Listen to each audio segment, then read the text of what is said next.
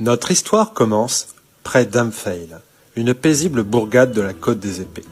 C'est là qu'Ander Stormwind, jeune paladin de Tyr, croise la route d'un apprenti magicien en quête de son maître disparu, le mystérieux Malfor Harpel.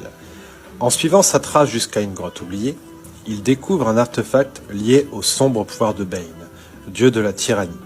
L'enquête révèle que Malfor est activement recherché par un baron du crime terrifiant, le Xanatar, une créature cyclopéenne régnant sur les bas-fonds de Waterdeep.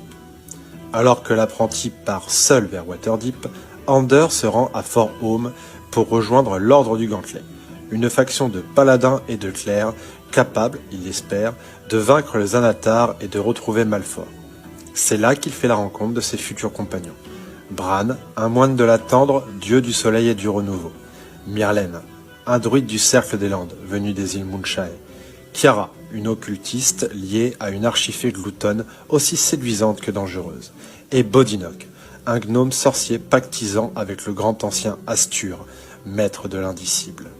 Sous la houlette de deux figures énigmatiques, Marcaon, paladin de Home, et Mercator, un gnome au pouvoir alchimique étrange, le groupe accomplit plusieurs missions périlleuses. Mais les deux hommes n'apparaissent jamais ensemble, et leurs intentions semblent voilées.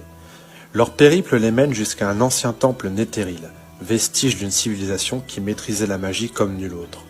Alors qu'ils explorent ses profondeurs et mettent la main sur un parchemin néthéril à la puissance incommensurable, le drame frappe. Des agents du Xanatar surgissent des ténèbres, réclamant la localisation de Malfor.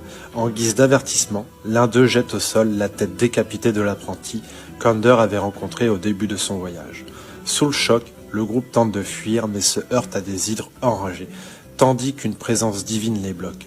Tyr lui-même semble vouloir leur interdire la sortie. Dans le chaos, un portail magique s'ouvre, Ander est séparé du groupe. Il se réveille dans un autre plan, face à Home, dieu de la vigilance, qui lui offre de devenir son champion. Ander accepte et renie ainsi Tyr, dieu de la justice. Pendant ce temps, ses compagnons croisent soit Marcaon, soit Mercator, dans une dernière rencontre troublante.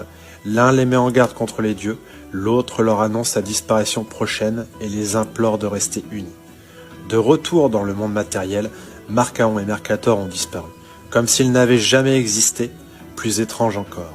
Tout le monde croit désormais qu'Ander est à la fois Marcaon et Mercator, comme si leur existence avait fusionné. Les aventuriers, glorifiés pour leurs exploits, sont invités à Neverwinter par Dragult Neverember, seigneur protecteur de la cité. Mais Ander reconnaît en lui l'homme qui a causé la mort de son ami Almar.